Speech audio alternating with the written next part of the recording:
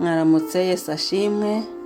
Shalom shalom. Buri wese n'ahaherereye n'igihugu uherereyemo. Shalom. Reka rero dusome ijambo ry'Imana. Zaburi ya 12 umurongo wa 6 niyo tugiye gusengeramo.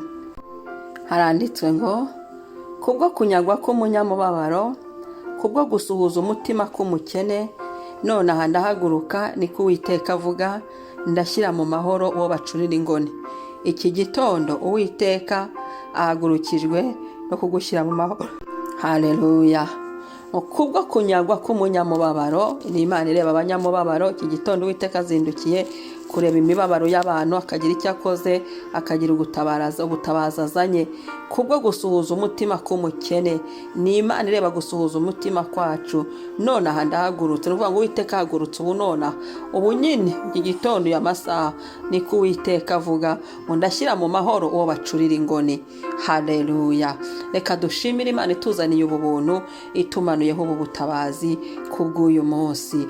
Papa turagushimye, wowe utuma tubaho, ukatubeshaho, ukatugirira neza kubw'imbabazi zawe, kubw'ubuntu bwawe n'urukundo rwawe.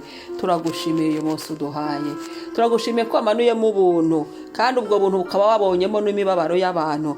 Turagushimiye ko wamanuyemo ubuntu, kandi ubu buntu ukaba wabonyemo no gusuhuza imitima kw'abantu, akaba cyo kiguhagurukije. Haleluya. Uri Imana ihaguruka mu birindiro byawe, ukaza gutabara, ukaza kurengera, ukaza kwikorera, ukaza kugira ibyo ukoze, ukaza mwami kuvuganira, ukaza mwami ku Yesu kugira ibyo wimuye, kugira ibyo uhinduye mwami, kugira ngo tumererwe neza, ukadushyira mu mahoro mu izina rya Yesu. Turagushimiye mwami ubu buntu bw'iki gitondo, turagushimiye imbabazi zawe tugire muri iki gitondo, turagushimiye neza yawe y'iki gitondo, turagushimiye amahoro yawe muri iki gitondo, turagushimiye ubuzima utanze muri iki gitondo, turagushimiye ko ari wowe urengeye abanyamubabaro, turagushimiye ko ari wowe urengeye abasuhuza umutima, turagushimiye ko ari wowe urengeye abakene, turagushimiye ko ari wowe urengeye mwami Yesu abari babuza amahoro, kaba ari wowe uzanye amahoro, amahoro yo mu mitima, amahoro yo mu mubiri, mu izina rya Yesu.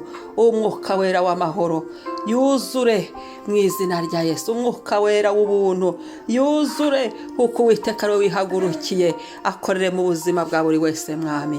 Urakoze kubw'uyu munsi, uyu munsi bimenyekane ko Uwiteka yahagurutse kugira ngo adutabare. Uyu munsi bimenyekane ko Uwiteka yahagurutse kugira ngo aturengere. Uyu munsi bimenyekane ko Uwiteka yahagurutse kugira ngo adushyire mu mahoro. Aho baducuriraga ingoni birarangiye, ahari hari ingoni baducuriraga zirarangiye, kubera ko Uwiteka nyir'ubwite wihagurukiye kugira ngo ugirire neza ubuzima bwacu, kugira ngo ugirire neza imibereho yacu.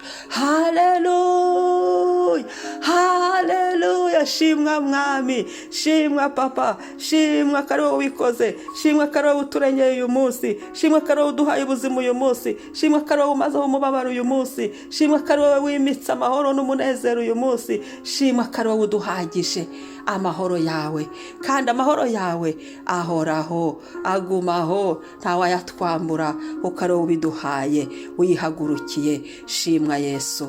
Urakoze Mana kubwira ijambo ryomatane n'umunsi wacu, ryomatane na buri saha y'uyu munsi, na buri munota, aho turi bujye hose twumva amahoro wazanye, ibyo turi bukore byose, ibyo abo turi buhure nabo bose mwami, amahoro yawe yomatane natwe, ubutsinzi bwawe, ubutabazi bwawe, gukora kwawe, kumarwa umubabaro byawe byomatane natwe. Haleluya. Turabyakiriye mu munsi wacu, turabyakiriye ku buzima bwacu, turabyakiriye mu mibereho yacu none n'iteka ryose. Urakoze mwami. Amen, amen. Imana ishimwe. Shalom shalom. Mwari kumwe na Mama Ebenezer kuri mikro. Umunsi mwiza.